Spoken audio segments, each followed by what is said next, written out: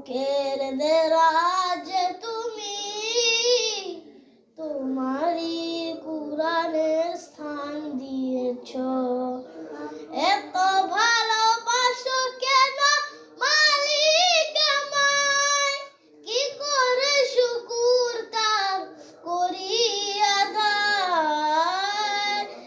এত ভালোবাসো কেন মালিক আমায়, এত ভালোবাসো কেন মালিক আমায়, এত ভালোবাসো কেন মালিক আমায়।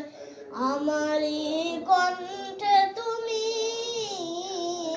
তোমারই বাণী তুলেছ, বুকের দেরাজ তুমি, তোমারই কুরআনের স্থান দিয়েছ।